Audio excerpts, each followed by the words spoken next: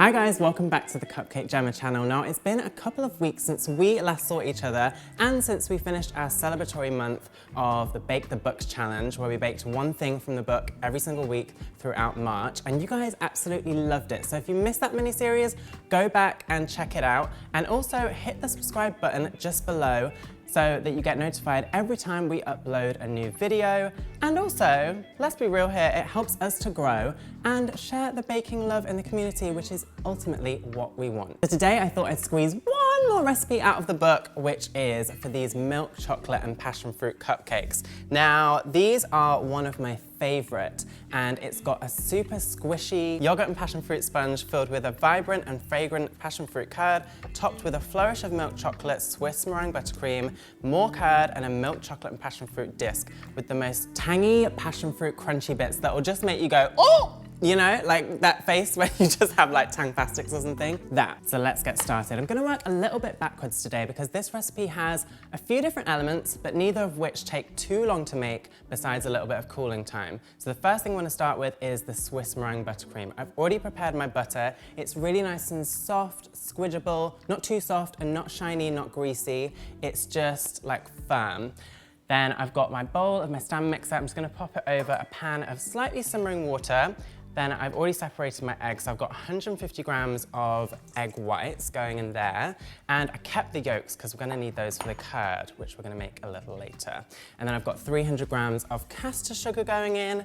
And just with a balloon whisk, start to whisk that together. Whisk gently and consistently for about 5 to 10 minutes. The bowl must be really clean. So make sure you don't get any egg yolk in there because that'll make the meringue not whip up. And that's happened to me before and it just becomes a soupy mess. And when you rub it through your fingers, all the sugar has dissolved and it's smooth. Once it's smooth, you just want to take it off of the heat and then pop it straight onto your stand mixer and just fit it with the whisk attachment. And then you want to pop it on a high speed and whisk it until it's a nice thick meringue and it's cool to the touch. Add in your butter a couple of pieces at a time, making sure it's well incorporated between each addition. It should be lovely and smooth. And then pour in 300 grams of melted and cooled milk chocolate. Whisk this in until it's fully combined, and there you have it, milk chocolate Swiss meringue buttercream, which we are going to use to pipe on top of the cupcakes later on. So we'll just cover this bowl with some cling film and set it to one side whilst we get on with making the passion fruit curd. Now, if you've been following us on the channel for a little while, you'll have seen us make curd many times, so this is no different. But if this is your first time, I'm gonna walk you through it and I'll have you making fresh curd every single time versus going to the shops after this, I'm pretty sure. I'm not using fresh passion fruits for this. I'm actually using this passion fruit puree, which is great because it's got like 90% fruit and 10% sugar in there. So it's got all the natural flavor in there and it still packs a punch. But if you wanted to use fresh passion fruit, just get them, make sure they're really wrinkly so they've got the most amount of juice in there. Slice them in half and then push it through a sieve so you get rid of the seeds, or if you want to keep them for a bit of crunch, and then you've just got the juice. But I have got 65 ml of this passion fruit puree going into a heat-proof bowl, along with the zest of half a lemon, 65 grams of caster sugar, 1 whole egg, and 3 egg yolks. Set it over a pan of simmering water and then give it a whisk. You just want to gently keep this moving for about 8 minutes until it begins to thicken up. Don't whisk it vigorously or else you'll lose the vibrant colour.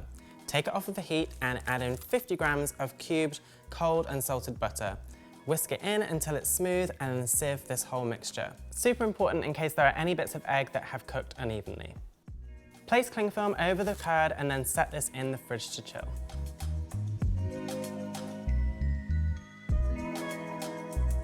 Now it's finally time to make the sponge, and I feel like this is one of our new favourite sponges here on the channel because it's a yogurt and oil-based sponge. It's kind of it's got a nice density to it. It's really moist and a little bit tangy from the yogurt. And it's also super simple. You don't need a mixer, just a bowl and a whisk. So I'm gonna mix my dry ingredients together first. I've got 160 grams of self-raising flour in a bowl, to which I'm gonna add 130 grams of caster sugar, 1/4 teaspoon of bicarb, and then just a pinch of salt. And just give that a whisk together so that they're all combined before you add it to the wet.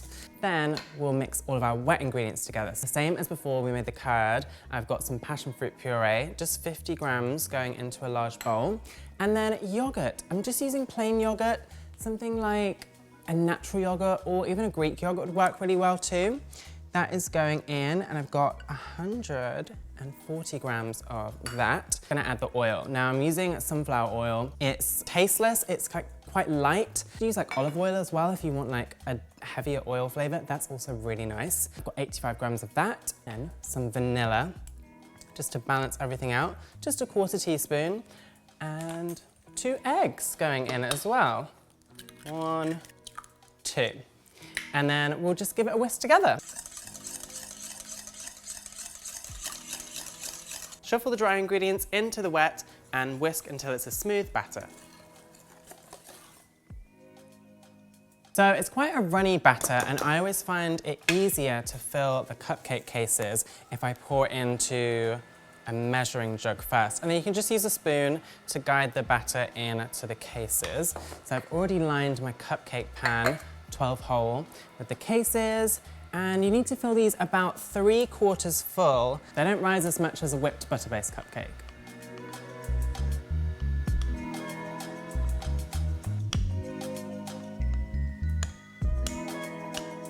And then we're gonna bake these in a preheated oven at 170 degrees fan for 18 to 20 minutes until they spring back on top and they're nice and golden. Now it's time to make the pièce de résistance that will don at the top of this cupcake like a rising sun. It's the milk chocolate and passion fruit discs. I've already measured out 100 grams of milk chocolate chips here, and I'm gonna do like a cheat temper. So basically I'm just gonna take out 1/3 of that, so 33 grams to be exact. And then all I'm gonna do with that is just chop it up roughly. And what this will do is like cool the chocolate down and help the chocolate to set more quickly with a snap. Then I need to melt the other 2/3 of the chocolate just until there are still a few nuggets roaming around in the bowl, and then add back in my chopped chocolate. Stir, stir, stir until it's fully melted.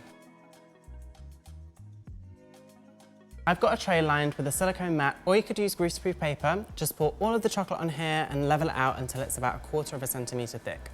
Then sprinkle on the freeze-dried passion fruit pieces. I got these online, and man, do they pack a punch. If you tempered it correctly, the chocolate should set quite quickly. If not, pop it in the fridge for a few minutes, and then using a small round cutter, just chomp out circles, lift them off with a cranked palette knife, and you've got your small chocolatey passion fruit discs. It's assembly time.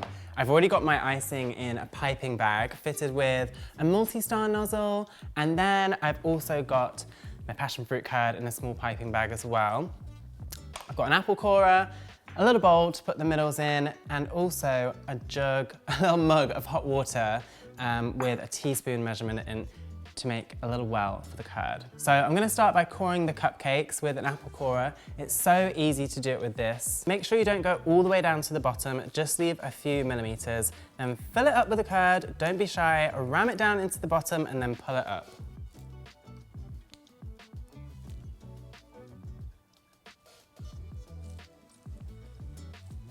Curd is all in, now it's time to ice them. So I'm gonna give you a couple of icing tips with this. So I always like to stand quite square on, feet a little bit wide apart, and then you wanna kind of have your body really square. So don't be kind of like leaning like this or to the left or to the right, because then your icing will be wonky. You wanna keep the bag vertical to the cupcake and about 1/2 centimetre from the level of the cupcake, and just squeeze a nice, even, steady pressure and just give these little round motions. It's all in the wrist. It's just like a little movement like that to just go round and create this really nice ruffled effect. Then when you finish, just do a little flourish on top going round clockwise or anti-clockwise, depending if you're left-handed or right-handed, and keep it level at all times. I hope that helped. We'll go in for a close-up on the next one.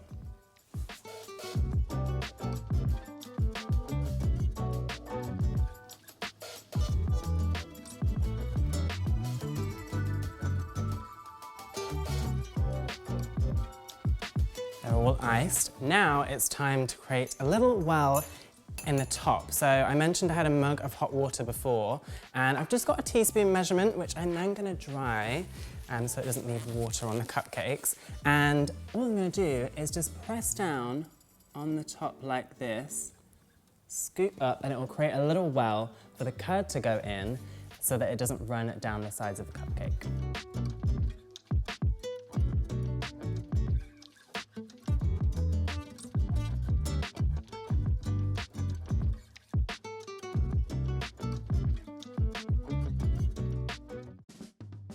And there we have it, one of my all-time favorite cupcakes from the book and one of my all-time favorite flavor combinations inspired by Pierre Aimé. So let's tuck in.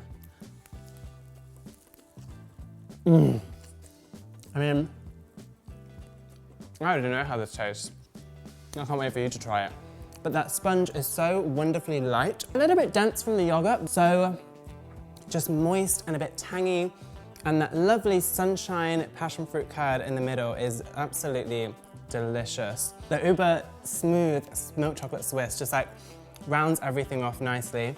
And then you've got the disc, which you can just scoop everything up with and munch on by itself. Well, thank you so much for baking along with me.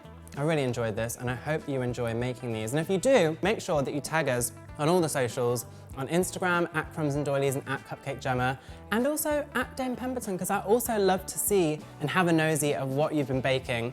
So let me know in the comments down below on YouTube also, if you make these, what you think. Right, that's it from me. I'll see you next time.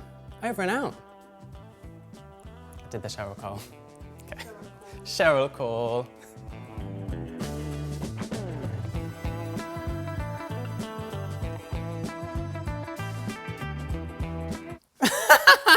Still here, munching away. See ya. Go away!